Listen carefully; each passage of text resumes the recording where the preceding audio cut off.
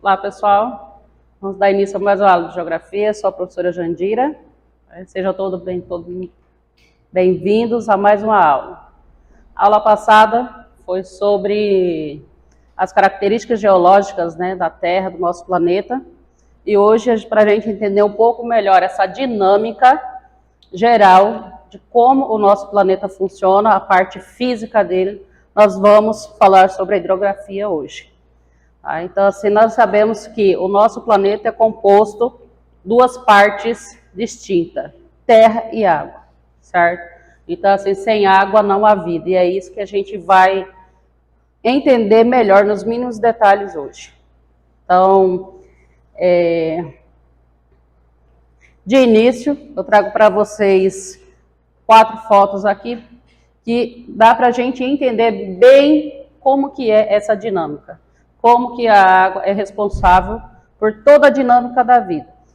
Então, começando aqui, temos uma imagem, né, do rio Amazonas, temos ali um grande lago que, inclusive, tem uma barragem, uma hidrelétrica. Temos aqui os mares, oceanos, onde é responsável pela navegação, principalmente hoje. Nós estamos em pleno século XXI, mas ainda é utilizado muito essa prática da navegação para a questão, né, da globalização, da exportação, importação. Então, ainda é um dos caminhos que é muito utilizado. E lembrando, né, que foi através dos mares e oceanos que os continentes foram sendo povoados, certo? Inclusive, nosso país, apesar dos índios já estarem aqui quando os portugueses chegaram, mas foi através da chegada dos portugueses que o nosso país foi sendo colonizado e transformado, né? Foi começando a criar a população brasileira a partir da chegada dos portugueses. Então, assim, nós temos aí essa dinâmica dos rios, dos mares, dos oceanos, toda essa função que envolve a água, pode ser uma lagoa, um pequeno córrego, ou um córrego gigantesco, ou um rio, não importa. Todo o estudo da água é estudado através da hidrografia, certo? E para a gente entender melhor, pessoal, o último quadrinho aqui demonstra muito bem essa dinâmica, que é a parte azul é água salgada, a partezinha laranja é água doce, água potável, e que inclusive está cada vez mais escassa no nosso planeta. E quem é responsável por essa escassez? Nós mesmos, né? Nós, seres humanos, que parece que nós dizemos, eu gosto muito dessa fala, inclusive eu entendi essa fala quando eu assisti aquele filme, o Wall-E, né? Aquele robozinho lá. Parece que nós estamos vivendo em uma era em que nós temos um planeta reserva, certo? Parece que quando a gente destruir isso aqui, não ter mais como a gente viver aqui, cada um pega a sua nave e vai para um planeta novinho. Mas não, essa realidade está fora de cogitação. Ou a gente acorda agora, ou nós vamos sofrer as consequências. Nós já estamos sofrendo com as ondas de calor, nós já estamos sofrendo com a escassez de água em muitos países, muitos estados, e isso, um dos maiores culpados disso tudo somos nós mesmos. Então, esse tema é muito pertinente, pessoal, para o Enem. Já está aí na apostila de vocês, no material de vocês, e andei pesquisando muito em outros Enems, a gente estuda, prepara bastante para essas aulas. Então, eu observei que tem muitos Enems passados aí que caiu questões referentes à hidrografia do mundial, brasileira, né? Então, assim, é isso que eu quero trazer para vocês. E não deixar dúvida nenhuma em relação a isso. Então, lembrando, né, de 100% nós temos 2% de água potável, que é a água que nós podemos utilizar, consumir. E lembrando que desses 2% aí, hoje já diminuiu bastante. Graças à poluição dos rios, dos mares, do oceano, desmatamento, né, é lixo nos mares e oceanos que são despejados. Outro dia passou um vídeo que bombou na internet, um navio jogando muito lixo dentro do oceano, e teve pessoas que filmaram. Hoje é difícil você estar em algum lugar que tem uma câmera, nem que for do celular, né? Então, assim, flagraram essa atividade. que é ilegal, não pode, porém o ser humano não tem essa consciência. Mas já estamos começando a pagar o preço. Isso aí, gente, era previsto para acontecer muito mais para frente, mas esse processo está sendo acelerado cada vez mais. Certo? Então, assim, o aquecimento global, o aquecimento dos oceanos, daqui a pouco a gente vai entrar bem detalhadamente na questão do aquecimento das águas oceânicas, que isso aí é um problema que vai nos afetar direta e indiretamente, né? Sem contar a vida marinha que ou se adapta ou morre, né? Nós, seres humanos, temos o poder de se adaptar a quase todas as situações. Já o ecossistema, nem toda parte do ecossistema ele consegue essa adaptação dependendo do clima, dependendo da situação que está ocorrendo, né? Então, assim, nunca antes tínhamos visto e falar em onda de calor. No final do ano passado tivemos aí a onda de calor em que sofremos muito, os animais sofreram muito, foi um calor extremo que não tínhamos nunca visto isso antes. Porém, a partir de agora, eu acredito que todos os anos a gente vai ouvir falar em onda de calor. Superaquecimento na distribuição de energia elétrica, por quê? Dobrou-se o número de ar-condicionado, triplicou o número do uso de ventiladores, geladeiras antigas que já não estavam suportando, foi trocada por novas, ou seja, tudo que supercarregou essa distribuição elétrica, e aqui no nosso município teve várias quedas de energia em vários bairros que era recorrente quase todas as noites, por quê? Muito uso de equipamentos que puxavam muita energia. Então, ou seja, para a gente imaginando a longo prazo, não, a um curto prazo, a partir de agora, se essas ondas de calor for cada vez mais frequentes, automaticamente vai ter que gerar mais energia. Ou seja, o consumismo gera todo o transtorno que envolve a hidrografia hoje, certo? Então, assim, é bem interessante a gente ter essa noção e perceber esses problemas. Vamos lá. O conceito, pessoal. Conceito de hidrografia. É a ciência que estuda as águas existentes no planeta e suas propriedades físicas, químicas, como movimento, cor, temperatura, transparência, volume, etc. Conhecer a hidrografia de uma região significa estudar o ciclo da água que provém da atmosfera ou do subsolo. Lembrando que o nosso país, o Brasil, gente, nós somos privilegiados. Eu sempre costumo bater nessa tecla, por quê? Nós somos a maior reserva de água doce do planeta.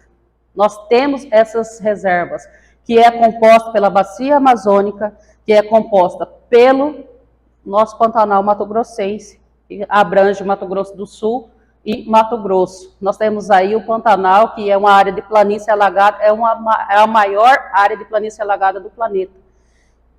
E essa parte hidrográfica, a bacia do Rio Amazônica, é uma das maiores do planeta também. Não é à toa que a preocupação de outros países com a Amazônia, com a floresta amazônica, com a reserva de água doce aqui, não é à toa não, é porque nós temos, essa grande reserva, e isso pode, de certa forma, acabar crescendo o olho de países lá fora. A gente apoia, a gente manda verba, tudo isso é muito fácil, tudo muito bonito. Vamos preservar a Amazônia. Acho que vocês sabem qual que é o apelido carinhoso da floresta amazônica, né? O pulmão do mundo. Então, qual que é a função do pulmão? Respirar, né? Então, assim, nós temos esse pulmão no nosso país também. Então, eu costumo falar que nós somos muito privilegiados. Temos a maior reserva de água doce, temos a maior floresta do planeta em nossas terras, e isso teria que nós termos consciência de preservar também. O que ocorre da floresta amazônica, o que acontece com o nosso Pantanal. Esse ano, gente, nem era para a gente falar assim, oficialmente foi aberta a época das queimadas. Não era para a gente nem pensar nisso. Porém, entretanto, todavia, este ano o Pantanal já está com grandes focos de queimadas. né? Então, assim, é algo que tem que ser repensado e todo o ciclo, lembrando, pessoal, toda a parte, né, de poluição, de emissão de gases, afeta diretamente o ciclo hidrológico. Desmatamento, então isso é muito importante que a gente entenda isso. Uma foto, né, uma imagem que acho que representa muito que sem água não há vida, né? Isso é fato. Então, assim, é importantíssimo a gente entender quais são as funções de uma bacia hidrográfica, qual é a função dos mares, dos oceanos, lembrando que a definição, né? Ah, professora, qual que é a diferença de mares e oceanos? Os mares, eles são menores que os oceanos e que automaticamente é como se ele fosse mais reduzidos, os mares. Os oceanos já né, ele se expande pelos continentes. Então, a diferença é, se por um acaso tivesse definição, vocês sabem, tem que saber que os mares são menores. Os oceanos já é de uma forma muito maior que abrange outros continentes. Pessoal, o ciclo hidrológico da água, né, ou o ciclo da água, é de simples compreensão. É um ciclo, o que é? Ele fica em constante movimento, certo? Então, aqui, qualquer forma aqui que você dá início a esse ciclo vai estar correto. Por quê? Temos o armazenamento, a evaporação, ele vai estar evaporando graças ao calor do sol, vai evaporar essas águas, formar as nuvens de chuvas, certo? As nuvens estão condensadas, elas se condensaram, as partículas se uniram e ficaram carregadas. Então, automaticamente vai gerar chuva. O que é precipitação? É o momento da chuva que ela está caindo e o volume de água automaticamente está aumentando. E lembrando que no nosso país também nós temos uma grande reserva, uma das maiores reservas do mundo também de água que fica no subsolo. Nós temos o aquífero Guarani, que é um dos maiores reservatórios de águas do subsolo que nós temos. Então, os lençóis freáticos, né, a gente tem que definir. O lençol freático é a água que está em movimentação abaixo da superfície. Agora, um aquífero, gente, é uma grande reserva que fica no subsolo e que é como se fosse uma lagoa interna, na superfície. Uma lagoa, é uma caixa d'água gigantesca que está abaixo do subsolo. Então, quando vocês ouvirem a palavra aquífero, você já se liga que é uma reserva grande que está ali abaixo da superfície. Agora, o lençol freático não, o lençol freático é diferente. São canais que estão abaixo da gente que essa água circula. O lençol freático ele pode secar. Por exemplo, quando a gente fura um poço, né? A gente fura um poço aqui, muitas pessoas mais velhas que ainda têm essa prática, principalmente nos sítios, né? Nas zonas urbanas já é mais difícil, mas nos sítios, nas fazendas, é muito comum ainda essa prática de estar, né, perfurando poços, e isso manualmente. Tem pessoas que elas, com o tempo, elas se capacitam, né? Elas são procuradas. Ah, fulano fura o poço, vou lá atrás dele. Então, quando a gente fura um poço aqui, pessoal, o que os mais velhos falam? Quando encontra água. Ah, eu furei aqui 8 metros e encontrei o quê? Como que eles falam? Encontrei a mina, não é isso? Encontrei uma água, achei a mina aqui, que é o solo começa a ficar cada vez mais úmido, de repente tira e a água começa a subir, não é isso? Na verdade, subentende-se, né? Faz aquela caixa d'água, aí tem a corda aqui, o baldinho, né? Aquela manivela. Olha eu com meus desenhos mais feios do mundo. Mas dá para entender, né? No sítio tem muito isso aí ainda. Então, assim, quando a gente encontra essa água aqui, não é uma mina. Para os mais velhos, deixam eles, né? Falar, é cultural. Mas vocês têm que entender que não é a mina, nada mais do que um lençol freático que foi atingido aqui com a perfuração. Tá? Então, assim, nós temos que entender o ciclo da água, evaporação, condensação. A condensação, gente, é essa parte aqui da formação das nuvens carregadas. Às vezes, quando a gente fala, vê aquele temporal chegando, o que a gente fala? Olha, aquela nuvem lá tá preta, né? Vai chover. A gente já sabe. Automaticamente, se a gente vê aquele temporal, é por quê? Porque antes de formar todas aquelas nuvens carregadas de chuva, o que aconteceu? Aconteceu esses dois processos aqui. Do armazenamento foi evaporado e formou as nuvens de chuva e acontece a precipitação, que é quando a chuva realmente vem e aumenta o volume da onde ela está caindo. Inclusive, lá no finalzinho, a gente vai falar um pouquinho do que ocorreu no Rio Grande do Sul, tá? Mas o que aconteceu? Esse processo aí aconteceu em outro lugar, outro estado, essa evaporação em um grande volume, só que as nuvens, elas se movimentam de acordo com o vento, né? Às vezes a gente vê um temporal formado para cá, do nada, que a gente faz alguma coisa, passa alguns minutos, aquelas nuvens carregadas já foi para outro lugar. E foi o que ocorreu lá no Rio Grande do Sul. Essa parte do ciclo aí que aconteceu, não foi exatamente lá que ocorreu, aconteceu em outro estado, mas com o efeito, né, El Niño e tal, com um vento mais forte, levou essas nuvens carregadas e estacionou em cima do Rio Grande do Sul. Mas depois, no finalzinho, a gente fala um pouco mais sobre isso. Tá? Então, assim, ficou certo aí, pessoal, a questão do ciclo hidrológico? Mas aqui eu coloquei uma parte importante aqui para a gente entender. Ao entrar em contato com a superfície, a água pode escolher 3 caminhos. Esses 3 caminhos aí, vocês têm que memorizar, que é escorrer, infiltrar-se no solo ou evaporar. O volume global da água no planeta é de aproximadamente 1.418 de quilômetros cúbicos e abrange oceanos, mares, rios, lagos, geleiras, água do subsolo, lagoas e água na atmosfera. A maior parte dessas águas está concentrada nos oceanos e mares, que ocupam 71% da área do globo. A soma de suas águas resulta em um volume de 1.380 de quilômetros cúbicos, correspondendo a 97,3% de toda a água da Terra. Então, assim, recomendo para vocês, quem são meus alunos aqui, já até assistiu ou está assistindo, o filme Estrelas Além do Tempo. Tá? É bom, assistam, tem na Disney.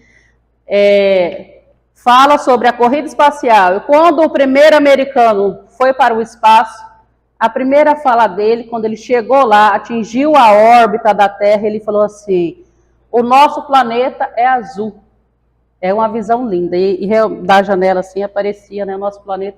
Por que o nosso planeta é considerado azul? Por conta da grande quantidade de água que é acumulada, né? E lembrando, gente, que de toda essa água potável que tem no nosso planeta, a grande parte dela está congelada. Um detalhe importante. E a partir do momento que ela é descongelada, professora, quando ela descongela, por um acaso, tem como nós consumirmos ela? Não, sabe por quê? Onde que ela vai descongelar? Está nos polos, né? Nas grandes geleiras, nos polos. Ela vai descongelar e vai para o oceano. Automaticamente, ela vai transformar em água salgada. A não ser que a gente fosse lá, pegasse iceberg gigantesco, né? Tivesse um navio, colocasse aquela gelo lá dentro, conservasse, trouxesse, mas essa prática eu acho que nem toda tecnologia será capaz. Então, assim, além do nosso planeta ter uma carência muito grande de água potável, né, ainda boa parte dessa água potável está congelada. E quando ela descongela, automaticamente ela vai se tornar água salgada também. Vamos lá. O ciclo hidrológico, gente. Para a gente entender melhor como que funciona, eu deixei destacado em vermelho 3 partes. Nem lendo o texto, mas a gente já vendo ali, a gente já tem noção de como funciona esse ciclo. Atmosfera, Sol e evapotranspiração, né? Mas vamos aqui pelo primeiro. Ciclo hidrológico é o movimento constante da água entre a atmosfera e a superfície terrestre, passando pela litosfera, biosfera e hidrosfera. Então, ou seja, as três principais camadas, né, que formam o nosso planeta, a água, ela participa automaticamente desse processo. Então, vindo aqui, trata-se de um sistema fechado cuja circulação acontece em escala global. Quando se fala em fechado, significa o quê? Que esse ciclo hidrológico, ele acontece a todo momento, em todo lugar do planeta. Né? Alguns pontos específicos, é bem escasso o ciclo hidrológico funcionar como deveria. Por exemplo, qual que é a região mais escassa de chuva, de água potável, aqui do nosso país especificamente? Nordeste. Né? Então, lá, já esse ciclo hidrológico já não funciona como nas outras partes do nosso país. Então, a escassez de água lá já é muito grande em relação aos outros estados do nosso país. Enquanto uns têm chuva demais, lá já tem chuva de menos. São épocas bem curtas que esse ciclo faz todo esse trabalho aqui. Desencadeado pela energia calorífica do Sol e seus processos são caracterizados pelas mudanças do estado físico da água. Então, graças ao calor, automaticamente acontece o processo de evapotranspiração, né? Mas aqui, simplificadamente, o processo de evaporação das águas à superfície, né? Evapotranspiração fornece o vapor da água para a atmosfera, dando origem às nuvens. Então, eu acho que isso aqui, se por um acaso cair em algumas questões de Enem, né, de vocês, eu acho que vocês já vão ficar bem definidos em saber diferenciar esse processo. Acho que não vai ter erro, não. Quando fala evapor, vocês sabem que está evaporando, né? Transpiração, quando a gente transpira, o que ocorre? A gente soa, não é isso? A água acumulada em nosso corpo, pelo calor que o nosso corpo está recebendo naquele momento, a água, que é o suor, sai para fora do nosso corpo, né? E que forma essa transpiração. Então, é um ciclo mais ou menos isso. O Sol, o calor do Sol aquece essas águas e ela automaticamente acontece essa transpiração e formam as nuvens de chuvas. Com a precipitação, a água retorna para a superfície terrestre, passando pelo solo, pelas plantas, pelos animais e seres humanos, e sendo armazenada nos rios, lagos, geleiras, lençol freático, aquíferos e oceanos. O ciclo da água é fundamental para a manutenção da vida na Terra, para a ciclagem da água e também para o clima do nosso planeta. Isso é fato, né, gente? Então, assim, o clima do nosso planeta é exatamente equilibrado por conta, principalmente, do fator que é o ciclo hidrológico do nosso planeta. Nós estamos falando aqui em escala global. Você sempre vai estar vendo, eu falando também em escala global e aqui no nosso país. Por quê? Com certeza pode cair questões referentes numa escala mundial, falando sobre a questão do ciclo hidrológico de modo geral, ou questões específicas aqui do nosso país. Então é importante a gente entender isso. Vamos lá. Deixei em branco aí, digamos, palavras-chave para a gente ter noção da importância, né, desse ciclo. Embora a água seja um recurso renovável, ela se renova, né? Isso aí eu já colocaria ali entre aspas. Por quê? A partir do momento que você desmata uma nascente, muitos, né, a agricultura, a pecuária, não tem essa noção de preservar as nascentes, né? Então, a partir do momento que você mata um rio, você está afetando o ciclo hidrológico renovável. O qual que seria correto nesse caso? Deixar toda uma reserva de mata nas nascentes e manter as matas ciliar. Ponto. Ajudaria muito nessa questão de preservação.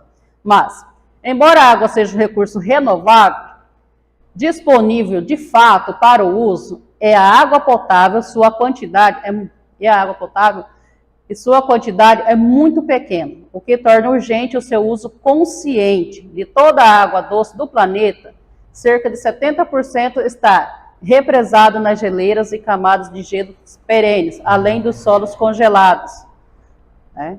Que é chamado de perfrost, né? Que é as geleiras. Então, assim, é muito pouco. Em relação às águas oceânicas, gente, a água potável é muito pouco, né, para toda a população. Por que já está tendo guerras por contas, né, de rios, gente? Tem, principalmente lá no Oriente, tem países, tem estados que eles já estão em guerra, eles estão em conflito por conta de rios, de territórios que têm água potável. E essa prática de disputar território que tenha reservatórios de água potável, eu acredito que daqui 30 anos, 50 anos, vai ser um dos principais motivos de guerra também. Porque sem água não há vida, né? E qual governante vai querer deixar sua população passar necessidade de água? Né? Então, assim, eu presenciei há uns anos atrás, acho que há uns quase 10 anos atrás, se já não tiver, em que eu fui em um supermercado em Sapezal e eu vi índios comprando muitos galões de água mineral. Comprando assim, mas era bastante, eu acho que uns 30 galões de água mineral. E a partir daí, aquilo ali, eu fiquei com essa reflexão na cabeça, eu nunca esqueci. Gente, índio comprando água mineral. Mas vamos analisar todo o contexto, né? Eles têm uma reserva em um município onde o agronegócio, né, ele se expandiu de uma maneira muito grande e rápida.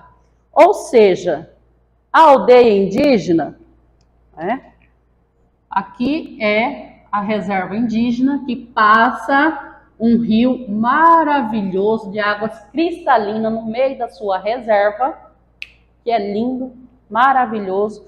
Em compensação, toda essa reserva indígena é cercada pelo água. Então, automaticamente a gente já entende o porquê que os indígenas estavam no supermercado comprando água mineral. Eu imagino que para toda a sua aldeia ali. Porque aquela água, a água do rio está automaticamente toda poluída. E foi o tempo que os índios eram bobinhos, né? Que não entendiam de tudo que acontece ao seu redor. Eles não são umas bobos, né? Então, o que acontece? Eles sabem que se eles beberem a água daqui, eles vão ficar doentes. Né? A aldeia inteira vai ficar doente. Eu acredito que nem os peixes aqui que tem, eles consomem mais. Então, assim, é uma realidade que de 10 anos, mais ou menos uns 10 anos atrás, ou um pouquinho mais, mas que infelizmente é o que está ocorrendo. E infelizmente só vai aumentando esse índice aí. Olha só, com uma grande parcela de água acumulada em reservatórios subterrâneos, a quantidade disponível de água nos lagos, rios e de mares é menos de 1%. Quando a gente vê esse índice aí de modo geral, fala em 2%. Hoje já está em 1% a água potável, que é para a gente consumir. O que torna esse recurso muito limitado em diversas regiões do planeta, especialmente naqueles onde as chuvas são escassas na maior parte do ano. Então, assim, como eu já citei o exemplo aqui do Nordeste, lembrando que quando a gente fala do Nordeste, a gente fala de uma região inteira. E são partes específicas do Nordeste que realmente sofrem muito com essa questão da falta de água, como, por exemplo, o Ceará, o Maranhão, né? São alguns estados específicos que têm uma carência muito grande pela questão da água potável. Mas, que nós sabemos que já teve um projeto de governos passados aí, que tem a transposição do Rio São Francisco, que já aliviou bastante essa questão para muitas cidades, comunidades. O que é essa transposição? Ela fez um canal do Rio São Francisco, desviou e levou até essas regiões que eram muito carentes de água potável. Então, ou seja, toda a bacia do Rio São Francisco, do Nordeste, economicamente, gente, é importantíssima para essa região. Tá? Então, temos muito pouca reserva de água doce. os oceanos, né? Olha que visão que nós temos do nosso planeta. Dar-se a impressão que parece que só tem água, né? Olhando assim dessa maneira, parece que a gente só vê água. Tem uma partezinha específica ali que a gente observa que dá pra gente aqui, ali, né? Mas de modo geral, essa é uma foto tirada do espaço. Então, por aí, a gente já percebe essa questão aí de mais de 70% das águas estão nos oceanos. Os nossos continentes, né, são banhados pelos mares, pelos oceanos, e por aí já dá para a gente entender essa grande reserva de água que nós temos. Pontos de águas congeladas, né? Uma das maiores áreas de reserva de água potável, porém elas estão congeladas. Ou seja, para nós, né, a curto prazo ou a longo prazo, vai ficar bem complicado a gente utilizar essa água. Os principais oceanos, pessoal. Isso aí vocês têm que entender, decorar. Não gosto de falar a palavra decorar, não, mas alguns pontos específicos, né, é importante, né? Os principais oceanos nós temos no nosso planeta: Pacífico, Glacial Ártico, ou então, em outro momento, vocês podem estar lá, Oceano Antártico só, ou Oceano Antártico também, porque essas palavras Antártico, Ártico, então varia bastante. Oceano Atlântico, Oceano Glacial Ártico, Oceano Índico e o Pacífico. Qual que banha aqui o nosso país, o nosso continente? São dois, né? Não, o nosso continente, o americano, sul-americano. O Oceano Pacífico e o Oceano Atlântico, né? Então, assim, é importante vocês saberem essa definição aí. São 6. Lembra? Quando tiver lá, assim, saindo até fumacinha, tentando lembrar, e às vezes falta só um para você lembrar, e tá difícil, você lembra. São 6, e eu preciso lembrar de mais um ou de mais 2, e ler, reler, e aí vai lembrando. São Oceano Pacífico, Atlântico, Oceano Antártico, Oceano Ártico, Índico e Pacífico. Tá? Vamos lá. Os oceanos cobrem mais de 70% da superfície da Terra e contêm 97% de toda a água do nosso planeta. Eles influenciam o clima e as condições meteorológicas, estabilizam a temperatura, molda a química terrestre e providencia um lar para a maior diversidade de espécies do planeta. Cada molécula de oxigênio que respiramos, cada gota de água que bebemos, cada alimento que ingerimos, liga-nos ao oceano. Quer vivamos numa zona costeira ou no mais remoto em nosso ponto, né, no interior do globo. Então, ou seja, nós não estamos numa área costeira. A parte costeira do nosso país é a região Nordeste, Sudeste, Sul, né? É essa parte que abrange aí. Mas, mesmo assim, os oceanos têm uma ligação direta com a nossa sobrevivência, não importa onde você esteja. Por exemplo, aquecimento global. Aquecimento global hoje está sendo discutido, daqui a pouco vamos chegar lá também nessa questão, mas quanto mais, por exemplo, essa onda de calor que teve aí, os oceanos, eles aquecem, eles que filtram a maior quantidade de CO2, que é aquele gás que é ruim para a nossa atmosfera. Então, assim, esses gases tóxicos aí, né, poluentes, os oceanos, os mares, eles têm a função de fazer essa limpeza. Porém, entretanto, quando ele absorve esse CO2, o que vai acontecer? Ele aquece. E quando os oceanos, ele aquece demais, ele coloca em risco toda a sua biodiversidade, que é, como está falando aqui, uma das maiores que nós temos. Um dos maiores biodiversidade do planeta está nos oceanos e nos mares. E quando essa água superaquecida, tem 2 caminhos. Como eu já disse, nós seres humanos, nós temos a facilidade de se adaptar ao meio em que nós vivemos. Já nem toda parte dessa diversidade que está nos oceanos tem essa capacidade de conseguir se adaptar. Se a água ela tem uma certa temperatura mais baixa e começa a aquecer, automaticamente eles vão morrer. E dificilmente vão se adaptar. Então, assim, os oceanos, além de tudo, ainda tem essa função de estabilizar o nosso clima, né? O clima do nosso planeta.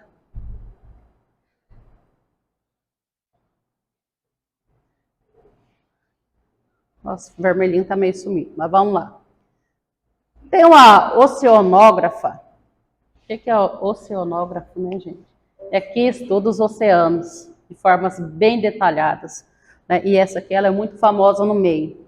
Mas aqui, como costuma resumir a oceanógrafa americana Sylvia Arlen, a maior referência mundial nos oceanos e na vida marinha, ela é o cara, né? Dos estudos dos oceanos e da vida marinha. Olha a frase dela. Sem azul, não há verde. Ou seja, esse azul, ela se refere ao quê? Aos oceanos, né? E sem os oceanos, não há vida, não é árvores, planeta, ecossistema que funcione. Né? Porque a chave para a existência da vida é a água. E a água é 97% dos oceanos. Então, assim, se a gente for relembrar um pouquinho da aula passada, como foi a formação do nosso planeta, desde aquela parte em que houve o resfriamento, lá com as primeiras chuvas ácidas, o que se formou? Os oceanos. Foi a partir dos oceanos que a primeira forma de vida foi constituída no nosso planeta. As primeiras bactérias, né? A primeira forma de vida marinha, depois as algas automaticamente gerou oxigênio. Aí, com esse processo de evapotranspiração, as primeiras chuvas com oxigênio, foi gerando oxigênio para o nosso planeta e as outras formas de vida foram existindo. Porém, se nós não cuidarmos dos oceanos, o nosso planeta vai estar comprometido também. Tá? Só relembrando, tá? Isso é importante. Relembrando, vocês têm que entender e aprender. Os principais oceanos e suas características. Acho bem legal a gente tentar entender um pouco as características de cada um. O Oceano Pacífico, considerado o maior oceano e o mais profundo do planeta. O Pacífico, situado entre a Ásia, América e Oceania, possui uma área total de 180 milhões de quilômetros quadrados e é uma profundidade de 10 mil metros aproximadamente. Então, ele é ótimo para navegação. Os maiores navios podem navegar tranquilamente, os mais profundos até então, certo? Então, já é a característica. E lembrando, né, isso aqui é importante a gente saber na onde ele abrange. Então, é na Ásia, América e Oceania. Oceano Atlântico. Com uma área de 106 milhões de quilômetros quadrados, a profundidade máxima é de 7,750 metros. O Atlântico está situado entre as Américas, Europa e África e possui os maiores fluxos comerciais, exportação e importação. Então, assim, o Atlântico, gente, digamos que é o corredor de exportação e importações. Os maiores navios cargueiros fazem essa rota aqui no Oceano Atlântico. Oceano Índico, considerado o menor oceano do mundo, com cerca de 74 milhões de quilômetros quadrados, o Índico está situado entre África, Ásia e Oceania. Né? Então, se tiver alguma pergunta referente, qual que é o menor oceano do nosso planeta? Não esqueça, é o Índico, tá? Oceano Glacial Ártico, ao norte, né? Como a gente já sabe, com cerca de 14 milhões de quilômetros quadrados. O Oceano Glacial Antártico, ao sul, com a área aproximadamente de 22 milhões de quilômetros quadrados. Então, essas aí são as curiosidades dos oceanos. Tá? Espero que vocês realmente entendam essa questão. E vamos para frente. Quer que dá uma pausa aqui? Está anotando alguma coisa? Tá. Quando tiver ok, você avisa.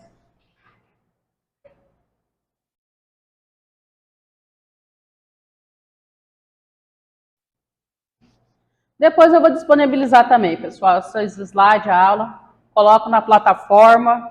Se vocês quiserem, eu envio nos seus WhatsApp também, é só entrar em contato, estou à disposição. Temos os plantões, tirar dúvida aí, ó, vamos? No grupo também, então, vocês têm que nos explorar mais, eu estou sentindo isso. Ninguém fala comigo, ninguém me enche o saco lá no WhatsApp, nos grupos, nada, ninguém fala nada, ninguém tem dúvida. Bora lá, gente, tá chegando a hora, hein? O tempo passa rapidinho, quando vocês verem, tá lá em cima do Enem. Então, vamos acelerar aí, vamos animar. Vamos lá para o próximo. Uma grande parte do papel dos oceanos é absorver energia, calor, distribuindo-a pela Terra de forma mais uniforme. Uns poucos metros da superfície dos oceanos armazena tanto calor quanto toda a atmosfera da Terra. Assim, à medida que o planeta aquece, é o oceano que recebe a maior parte da energia extra. Lembra de aquecimento global, emissões de gases na atmosfera, a retenção, de calor no nosso planeta, automaticamente o desequilíbrio começa através das águas oceânicas, tá? Assim, à medida que o planeta aquece, o oceano que recebe a maior parte da energia extra. E isto tem implicação no equilíbrio do ecossistema. Destacado aqui, quando o oceano vai ficando demasiado quente, a vida que nele habita é forçada a adaptar-se ou morrer, como eu já disse. Então, deixa eu só apagar aqui esse.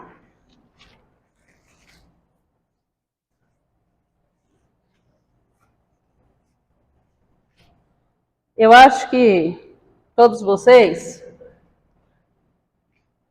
sabem que é um sol maravilhoso. Vamos fazer uma carinha feliz, né? Então, aqui temos a nossa atmosfera. Aqui pode ser tanto a superfície terrestre, vamos colocar metade superfície, e aqui os oceanos. Os calor do Sol, ele reflete. Qual que seria a intenção dos raios solares? Nós também não sobrevivemos sem o calor do Sol, isso é fato. Mas se ele vier em excesso também, a gente pode morrer. Até hoje, os estudos considerados aí na temperatura que a gente pode suportar já no limite, seria 50 graus Celsius aí, mas muita gente já estaria morrendo. Porque em Cuiabá, por exemplo, já teve dias que chegou a 47 graus. E a população, coitada. Muitos idosos já infartaram, muitas pessoas passando mal nas ruas, desmaiando, enfim. Seria uma temperatura sofrida, muito sofrida, mas 50. A mais que isso, provavelmente, já seria um caos na humanidade. Mas, enfim, qual que é a função? Os raios solares vêm, tanto na superfície terrestre quanto nos oceanos. A intenção era servir como se fosse de um espelho. Parte dessa quantidade dos raios saíssem novamente. Mas, com a camada de poluição que vai gerando na atmosfera, não tem aquelas fábricas gigantescas, aquelas chaminés que é dia e noite emitindo gases tóxicos, os carros, escapamento, enfim, acho que isso aí vocês já conseguem bem identificar como que ocorre esse tipo de poluição. Vai formando uma nova camada aqui, ó, e aí começa a chamar o efeito estufa. Eu gosto bastante de utilizar esse exemplo. Deixa um carro no sol, certo? E num dia bem de calor, deixa o seu carro no sol e entra nele para ver como que ele vai ficar dentro de 2 horas. Ao máximo já tá de bom tamanho. Dentro de 2 horas ele ficou exposto ao sol. Você entra lá, o que está ocorrendo ali? Quase que você não suporta. Você liga ali rapidamente, abre os vidros, anda um pouquinho com os vidros abertos para dar uma ventilada ali e liga o ar no último, aí, que maravilha, refrescou.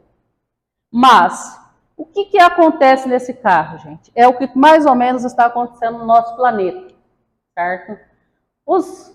Esquentou dentro do carro, por algum motivo. É o quê? O calor do sol entrou no carro, mas como a lataria ali do carro é muito espessa, aquele calor não conseguiu sair para fora do carro. Ele ficou aquele calor retido ali dentro. E isso a gente sente ao abrir a porta do carro e entrar. Então é mais ou menos isso que está ocorrendo no nosso planeta. Essa camada de poluição que está formando uma nova camada aqui na atmosfera, o que está acontecendo? O que é esse efeito estufa? Os raios solares vêm, que antigamente, quando tinha tanta essa poluição, do jeito que ele vinha, ficava retido aqui só o suficiente para nós vivermos tranquilamente. Hoje está ficando em excesso, porque os raios solares entram e já não conseguem sair com facilidade. Então está retendo muito calor no nosso planeta. E esse calor, ele está aquecendo as águas oceânicas. Com esse aquecimento, gente, gera um desequilíbrio no nosso planeta. Certo? Hoje a gente vê falar muito em efeito El Niño, Laninha. É justamente isso. É sobre isso aqui. Aquecimento global em algumas regiões, quando o oceano aquece demais, automaticamente pode vir tempestades, ciclones, extratropical, e o sul do nosso país sempre está sendo castigado por esse efeito, El Niño, Laninha. Né? Então, assim, é comum na previsão do tempo, né?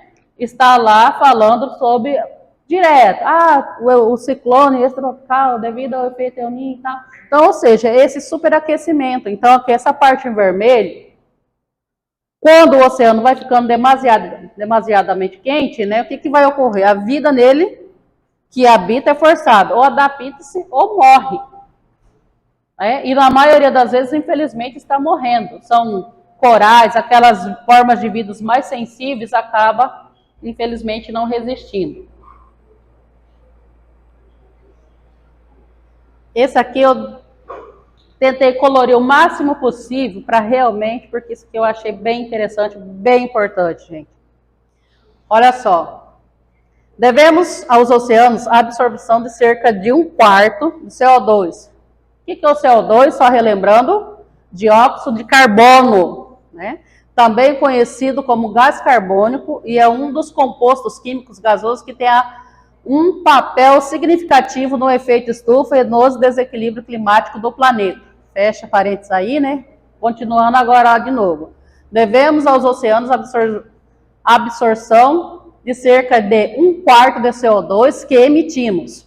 E como não paramos de emitir, os oceanos estão a pagar o preço, vendo a sua vida química alterada e a sua água mais ácida. Né? Está na hora de retribuirmos e abraçarmos esta causa, porque voltando às palavras sábias da oceanógrafa Sylvia Yardley, nada mais importará se falharmos da proteção dos oceanos. Então, assim, ou acordamos agora, né? O que a gente vê, a gente falar em efeito estufa, tempestades, ciclones, ventanias, isso aí parece que era longo prazo. Nós já estamos vivendo esse longo prazo. Isso é fato. O que antes falava assim, daqui 20 anos, daqui 30 anos, chegou esse 20 anos, chegou esse 30 anos. Agora, os efeitos do efeito estufa, da poluição, da emissão de dióxido de carbono, do CO2, está acontecendo agora. Nós estamos vivendo agora.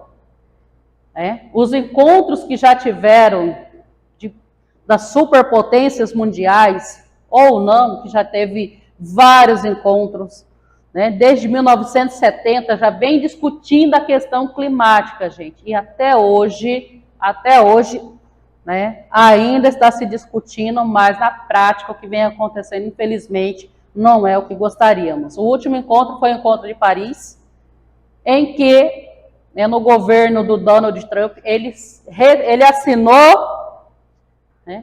assinou o Tratado de Paris, que se comprometia em diminuir a emissão de gases, né, na atmosfera, esses gases tóxicos, e logo em seguida ele foi lá e retirou a assinatura dos Estados Unidos, prometendo fazer com que os Estados Unidos fosse um dos maiores países industrializados a aumentar o seu PIB pela quantidade que iria produzir.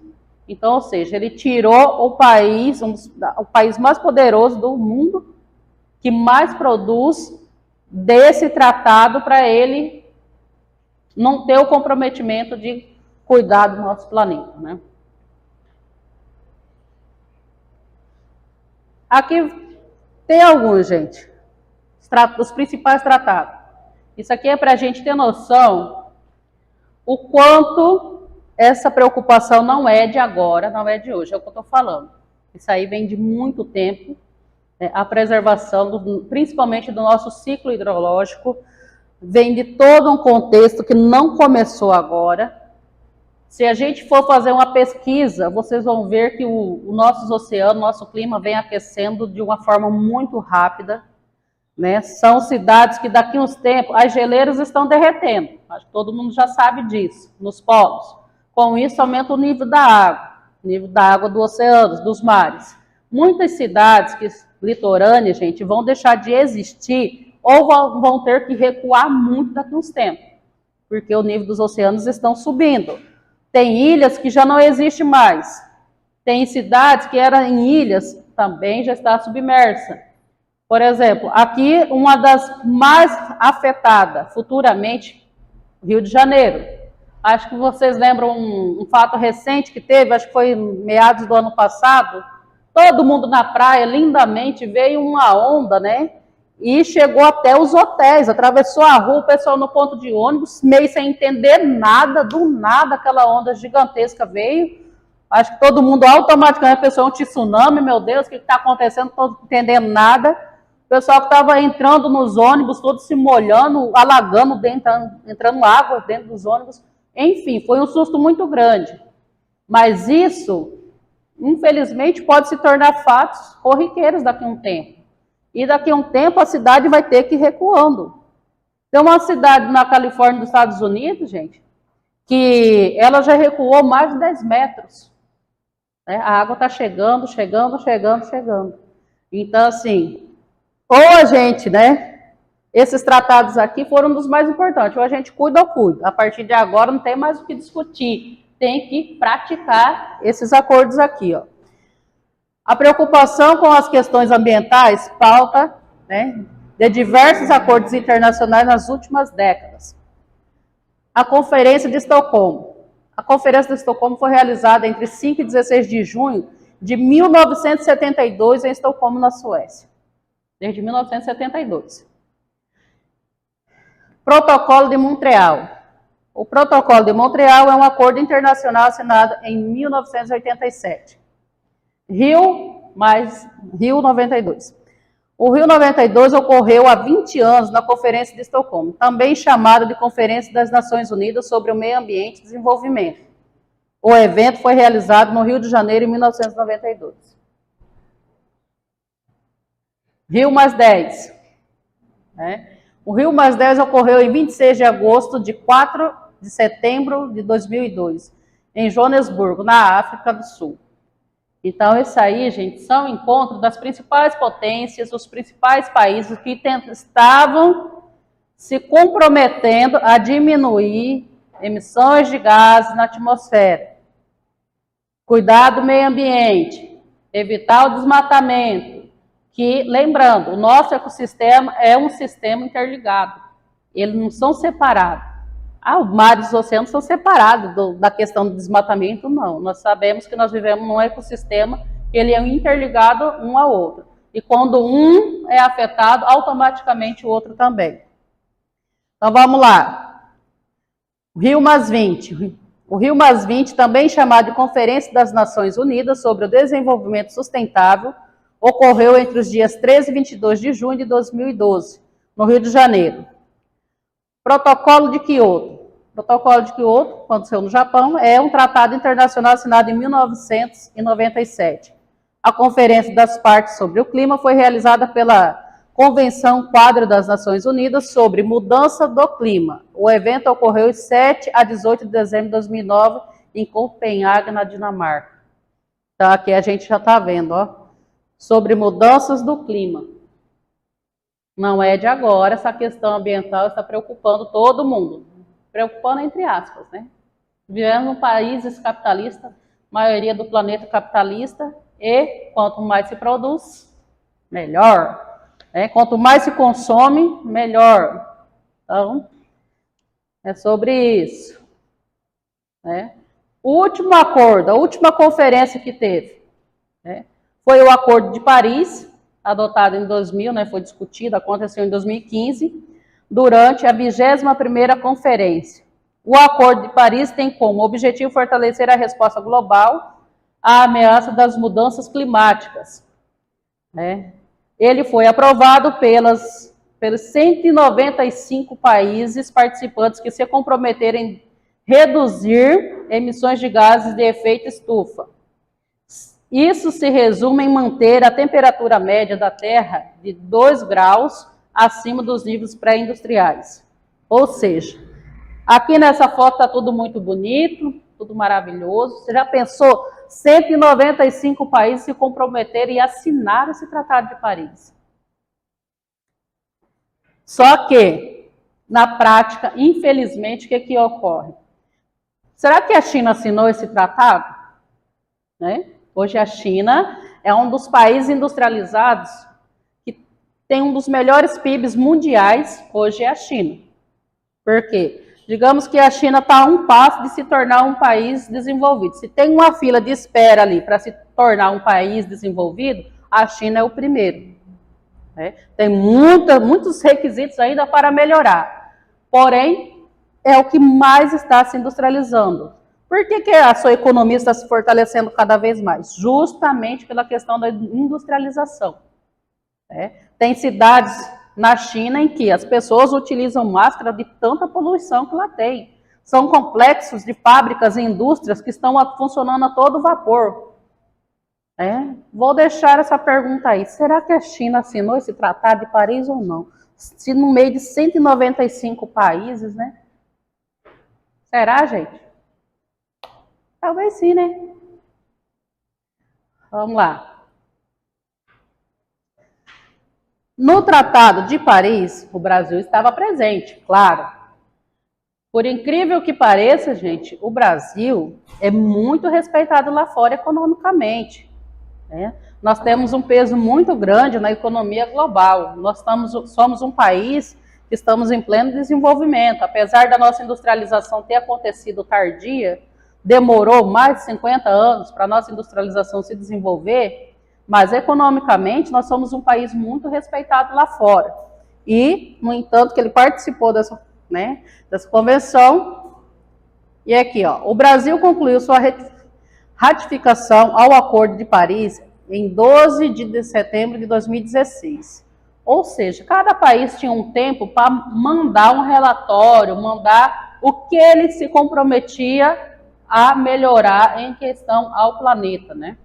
Ao clima principalmente. E nesse documento encaminhado pelo Brasil, os principais pontos que ele colocou nesse relatório foi se comprometer diretamente a reduzir as emissões de gases do efeito estufa em 37% abaixo dos níveis de 2005, né, até 2025. Estamos quase lá. Será que o Brasil vai conseguir atingir essa meta? Com esse tanto de queimado, você acha que sim? Com esse tanto de queimado que nós temos aí? Espero que sim, né? Em sucessão, reduzir as emissões de gases do efeito estufa em 43% abaixo dos níveis de 2005 até 2030. Isso aqui ele já se estendeu um pouco mais. Mas o mais importante, ó, o mais recente acontecimento sobre o Acordo de Paris foi a saída dos Estados Unidos, anunciada em junho de 2017. Essa notícia foi recebida com bastante preocupação, pois os Estados Unidos é um dos maiores poluidores do planeta. Foi o que eu já falei para vocês. Né? O Barack Obama foi lá, participou dessa conferência, assinou como um cara bem centrado e responsável. Os Estados Unidos iria se comprometer, né, em reduzir, em cuidar dessas emissões de gases no planeta. Assim que o outro presidente assumiu, ele fez questão de fazer ele não teve vergonha, né, de fazer um discurso público dizendo que ele estava retirando a sua assinatura do Tratado de Paris, porque os Estados Unidos têm que manter a sua economia fortalecida, e desta forma ele não tinha a preocupação até então de manter-se nesse tratado e seguir as suas regras. Ele podia produzir o tanto que quisesse, poluir o tanto que quisesse, e ele não estava nem aí. Né? Porém, entretanto, gente, o que ocorreu?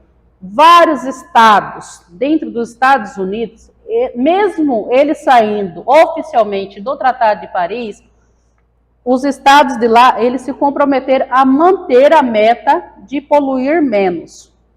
Eles se comprometeram em fazer atividades mais responsáveis, mais sustentáveis, né? Filtros nas suas indústrias, nas suas fábricas, né? Tentar ao máximo conscientizar a população do seu estado. Então, os governadores dos outros estados, a maioria dos outros estados, não apoiaram ele, a saída dele. Mesmo ele saindo, a maioria dos estados se comprometeram a seguir ainda as regras do Acordo de Paris. Então, pelo menos essa é a parte boa, né? Mesmo com a saída oficialmente, ele declarando sua saída, que ele não iria cumprir as regras que foi assinado, mas a maioria dos Estados Unidos, eles se manteram dentro do projeto de redução de emissão de gases na atmosfera. Eu acho que tem um ditado, as imagens falam mais por 1000 palavras, né? Aqui temos algumas imagens em que parece que aqueles filmes que, né, científicos lá, que parecia que nunca ia ocorrer, a gente só via alguns fatos acontecendo em filmes antigos, hoje já é realidade, né? Então, nosso planeta, né, se a gente não cuidar, podemos chegar à extinção. Essa imagem aqui, né, em muitos países, infelizmente, acontece.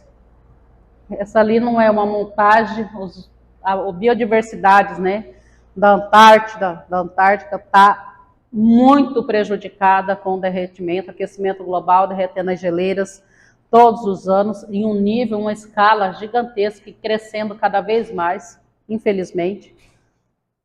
Ali uma imagem, né, do tsunami, provavelmente de um filme, uma montagem, mas que futuramente isso aí pode vir a acontecer. E algumas cidades, alguns países aí já aconteceram, né? Tem aquele filme, ele sai de férias, né? Está lá no hotel, eu gosto muito daquele filme, esqueci o nome dele, em que um casal e 3 crianças lá, eles se perdem, enfim, por conta de um tsunami, no final dá tudo certo, mas que aquele filme é baseado em fatos reais, aconteceu de verdade e que morreu muita gente. Então, assim, são fatos, pessoal. Os furacões, enfim, né? Os ciclones, e isso ocorre muito. Então, ou a gente, né, acorda agora, ou acorda agora.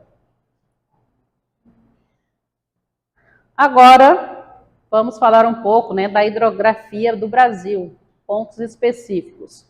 Como eu iniciei a aula falando sobre, nós temos a maior reserva de água doce do planeta, principalmente por conta da bacia do Rio Amazonas e do Pantanal Mato Grossense, fundada pela Unesco como Patrimônio da Humanidade, o Pantanal. A maior reserva de água doce, né, numa planície, é o Pantanal Mato Grossense, que abrange 2 estados, Mato Grosso e Mato Grosso do Sul. Temos várias bacias no Brasil que são extremamente importantes para o funcionamento, né, da dinâmica do nosso país. Nós somos um dos países em que considerado com maior produção de energia limpa, justamente por conta da hidrografia do nosso país. A energia que é fornecida através das hidrelétricas é considerada energia limpa, não poluente, certo? E nós temos uma das maiores quantidades de produção de energia através do ciclo, né, da hidrografia do nosso país. Então, não sei se todos sabem, mas aqui na nossa região tem várias PCHs. O que são PCHs? Pequenas Centrais Hidrelétricas. Em Javaí, Jauru, Porto Esperidião, naquela região ali, gente, são mais de 6 ou 7 PCHs. E tem uma UHE. O que é UHE? Usina hidrelétrica, que já é considerada de grande porte.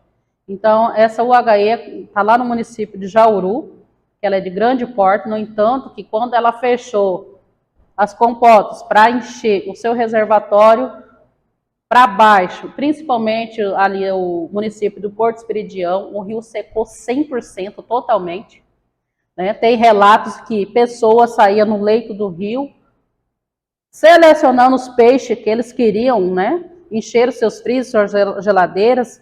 Quando não tinha mais espaço, eles tentavam salvar parte dos peixes, porque ficou alguns pontos com água, aquela parte mais funda que ficou ali, eles jogavam os peixes ali para dentro, tentando salvar. E mais velhos, muitos mais velhos, na época que eu fiz uma pesquisa lá, chegou a comentar que nunca mais a pesca foi da mesma forma que era antes, depois desse fechamento da barragem lá em Jauru, que o rio secou por 2 dias. 2 dias. Depois eles abriram o reservatório que já tinha enchido e ficou normal, entre aspas. Né? Então, assim, afeta esse tipo de prática das usinas hidrelétricas para captação de energia, é considerado uma das mais limpas que tem. Porém, tem a questão ambiental ao redor, que é muito prejudicado. No entanto, que hoje no Brasil tem até um movimento, né, de ribeirinhos oficial, é um movimento oficial, que são movimentos de ribeirinhos atingidos por barragens. Que muitas das vezes, quando essas barragens são de grande porte, que inclusive no nosso estado temos a barragem de Manso, né, a hidrelétrica de Manso, que atingiu muitos moradores ribeirinhos. Então eles tiram aqueles moradores e levam para outro lugar, outro local, só que, porém, toda a sua história fica submersa, né? Porque aquela área vai alagar e juntamente ali, principalmente os mais velhos, saem muito descontentes, né? Que toda a sua história fica submersa. Então, assim, em partes, é muito bom termos energia que não é poluente, mas, por outro lado, tem também a questão ambiental, que esses pontos são muito prejudicados. Mas, vamos lá. A hidrografia do Brasil é formada por um denso conjunto de rios caracterizados pelo seu regime fluvial e pela ampla extensão.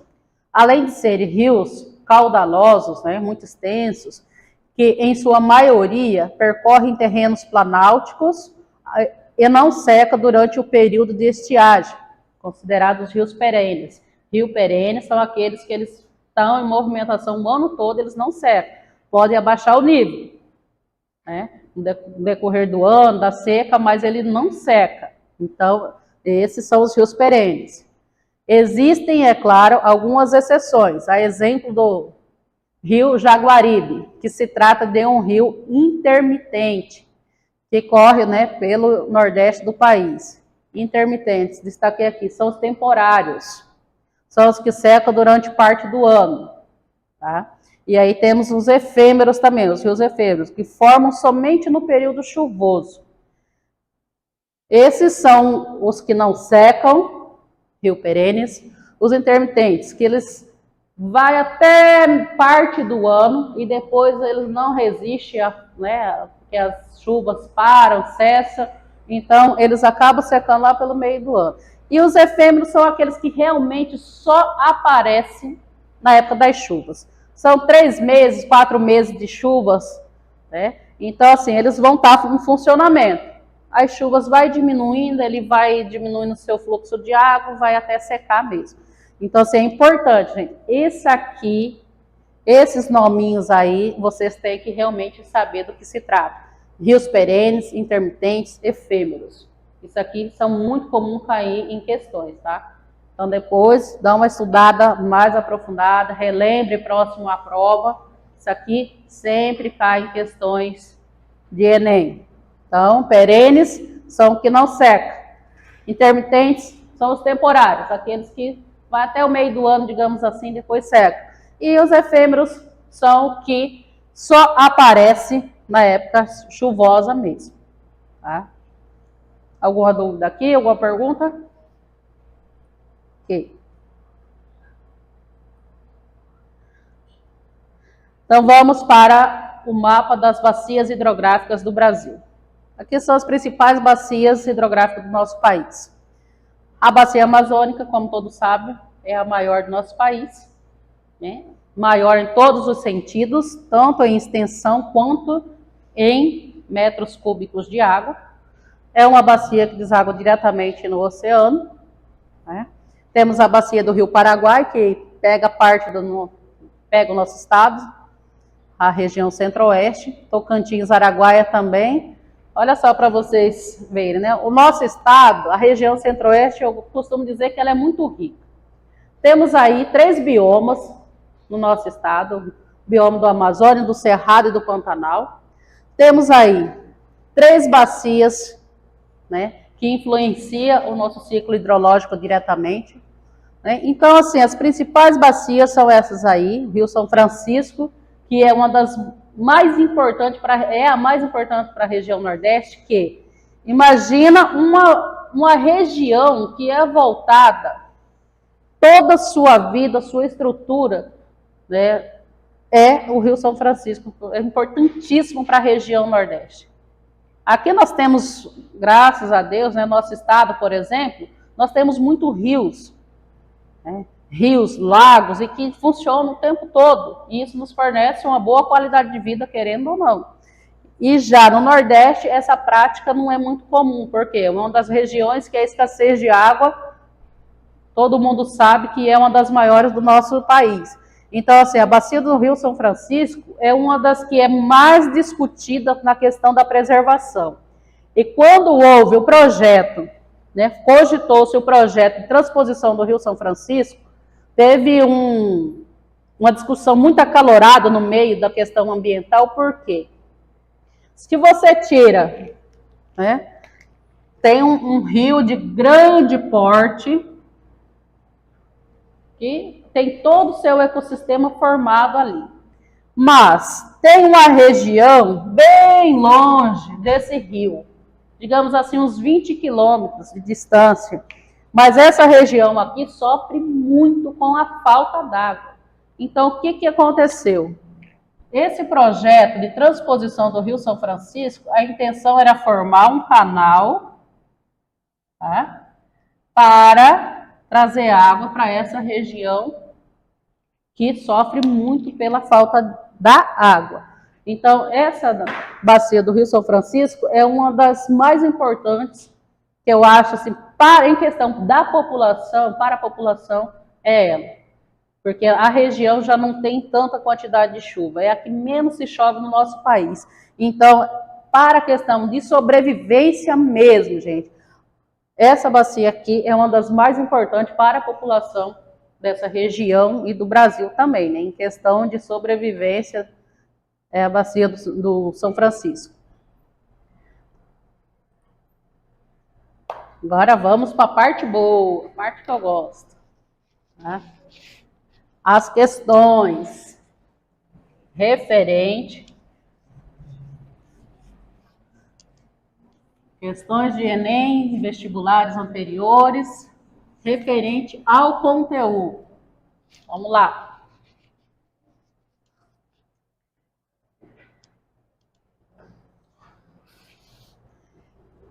A primeira questão. Assinale a alternativa que não aponta uma importância dos oceanos para a Terra ou para os seres vivos. Vamos lá. Questão A. Dentre os elementos terrestres, são os oceanos os maiores responsáveis para influenciar o clima do planeta. Será que essa está correta? Vamos lá, para a próxima. B. Os oceanos funcionam como indicativos químicos e biológicos da condição biológica e climática. C. É nos oceanos que há maior absorção de CO2 da atmosfera através da fotossíntese realizada pelos plânctons e algas marinhas. E a D, né, os oceanos são os responsáveis pela abundância de água para as atividades humanas relacionadas com o consumo dessa substância pelo organismo. Então, qual será a correta nesse caso aí? C? Vamos ver. Só voltando ao enunciado aqui em cima. Assinale a alternativa que não aponta, não. Tá? Que não aponta uma importância dos oceanos para a Terra ou para os seres vivos. Dentre os elementos terrestres, são os oceanos os maiores responsáveis por influenciar o clima do planeta. A D? A D está correta. Certo? Então, aqui não aponta uma importância, tá? As outras todas é importante para o equilíbrio relacionados aos oceanos. Mas a letra D, os oceanos são responsáveis pela abundância de água para atividades humanas relacionadas com o consumo dessa substância pelo organismo. Então, automaticamente, o que a gente reflete aqui nessa questão? Está falando aqui que não aponta a importância dos oceanos. E aí? Por que você chegou à conclusão que era D? Porque a água do oceano não é consumida. Exatamente, gente. Mas tem métodos, né, que falam que a água salgada pode se transformar em água doce. Já tem esses métodos de transformação, porém assim, tá em pesquisas ainda, eles estão tentando... Por quê, gente? Temos tecnologias de ponta hoje em dia. Isso é fato. Tivemos 3 revoluções industriais e hoje nós temos a 4ª revolução industrial? Não. Nós estamos vivenciando a 4ª revolução técnico-científica, que é a evolução da tecnologia e da ciência. Então, graças a essas evoluções, já tem estudos bem avançados que futuramente podem transformar a água dos oceanos em água potável. Porém, ainda não é 100% seguro. Por mais que eles tentam esses avanços aí, a água ainda não está 100% aprovada para o consumo, né, do ser humano. Para outras atividades já estão começando até a utilizar, mas para o consumo, como água potável, ainda não está aprovado 100%. Mas eu acredito que tanta tecnologia que nós temos, futuramente, eu acredito que pode sim transformar-se em água potável. Vai ser uma necessidade, isso é óbvio.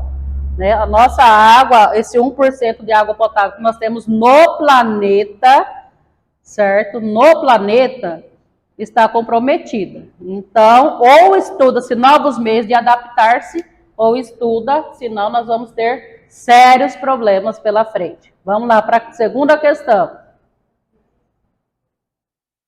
Vamos lá. Os oceanos absorvem aproximadamente 1/3 da emissão do CO2, procedentes de atividades humanas, como a queima de combustíveis fósseis e as queimadas. O CO2 combina-se com a água dos oceanos, provocando uma alteração importante em suas propriedades.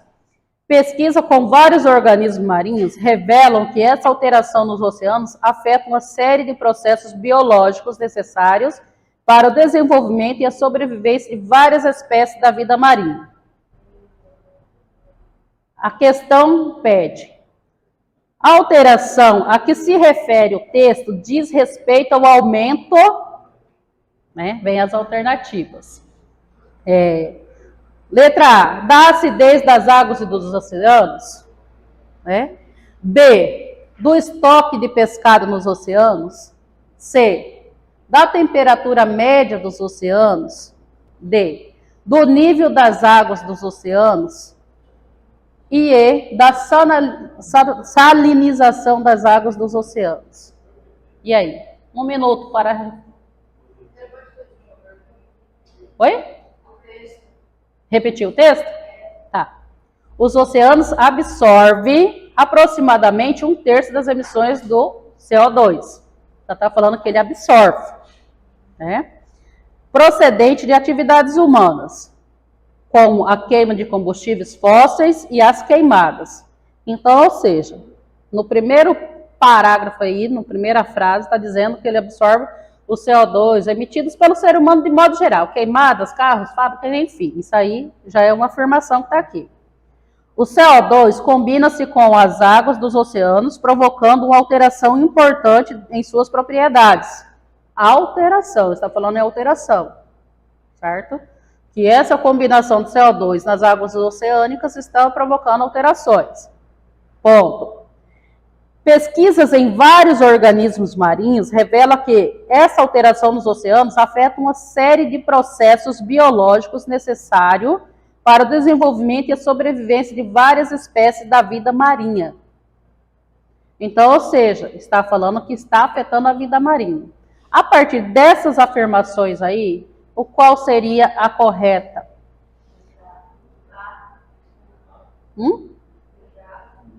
Da acidez das águas do oceano? Então, vamos eliminar. Estamos em dúvida aí entre a E e a A. Então, automaticamente, tiramos a B, C e D. Esquece elas três. Uma dica, gente, que eu sempre reforço para vocês. Quando a cabecinha estiver saindo fumacinha, está em dúvidas, vai para as questões eliminatórias. Risca ali, vai eliminando aquelas umas que vocês têm certeza que não é a resposta correta. Eliminei 3 aqui, vou eliminar B, C e D. Ok, eliminei, volto para o enunciado, leio novamente, leio com muita atenção as duas alternativas que eu estou em dúvida, tá? Vou focar na letra A e na letra E. Uma dessas duas estão corretas. Agora vamos lá, agora eu quero que vocês decidam. Letra A ou letra E?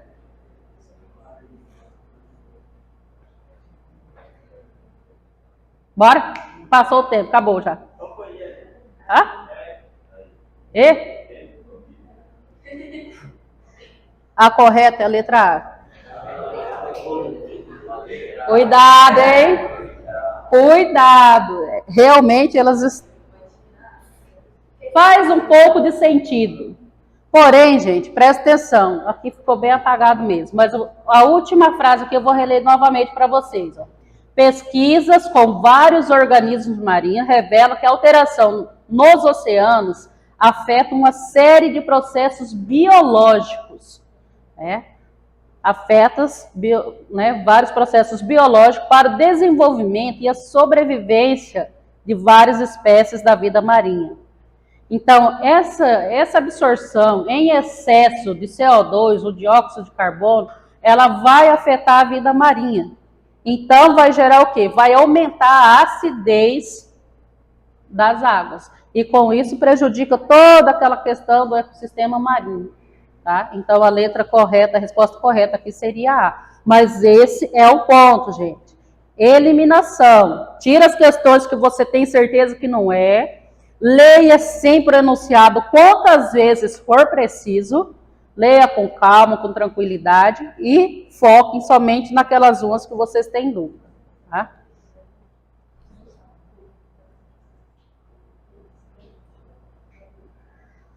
Vamos lá. Rapidamente aqui, meu tempinho já está dando. Mais uma questãozinha, pessoal, sobre a presença da água no sistema terrestre, julgue as afirmativas a seguir. Essas aqui, hein, gente? Essas vocês têm que tomar muito cuidado quando vem essas questões de afirmativas, que você tem que analisar. Então, bastante atenção nesses tipos de questões aqui, tá? Sobre a presença da água no sistema terrestre, julgue a afirmativa a seguir. A disponibilidade de água no planeta é cada vez menor, o que vem gerando profundas preocupações para a humanidade. 2. A maior parte das águas no mundo concentra-se nos oceanos. 3. A água doce do mundo está em maior parte presente em seu estado sólido ou líquido, né? Não lembre disso. Sólido e líquido. Tá? 4. Os rios sempre surgem de forma de nascentes do solo, que nada mais são do que afloramentos do lençol freático. Essas aqui estão bem confusas mesmo, né? Parece que todos estão corretos. 5. Graças ao ciclo da água, podemos dizer que as águas potáveis são um recurso natural, renovável e de um uso contínuo. Estão corretas as afirmativas A, 1 e 4, B, 2 e 3, C, 1, 3 e 4, ou D, 2, 3 e 5. 1 minuto.